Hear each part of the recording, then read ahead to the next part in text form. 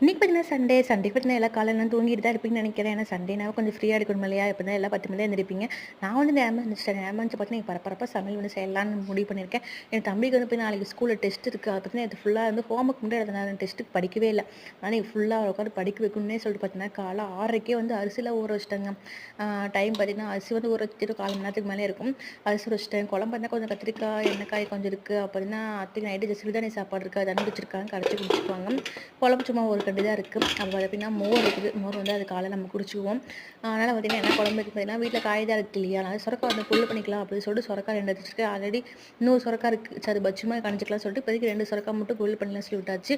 ரசம் வந்து கொஞ்சமா இருக்கு. பார்த்தீங்கன்னா, பாட்டி நேத்து உளுந்து வந்திருந்தாங்க. நெறைய செடியெல்லாம் கொண்டு வந்தாங்க. அதெல்லாம் இன்னைக்கு காலைல நட்டு வைக்க போறோம். செடிலாம் போய் நெறையா வந்து எல்லாம் மண்ணுலாம் நல்லா மழை பெஞ்சிருக்கு. அதுக்கு முன்னாடி நல்லா வந்து குழிமா வெட்டி விட்டாங்க. அப்ப கொஞ்சம் நல்ல செடி படர்ந்து வரும் அப்படின்னு சொல்லிட்டு, புதினா தழை மட்டும் போட்டா வரமாட்டேங்குதுங்க. அதுக்கு டிப்ஸ் சொல்லுங்க. அப்புறம் புதினா தழை வருமா?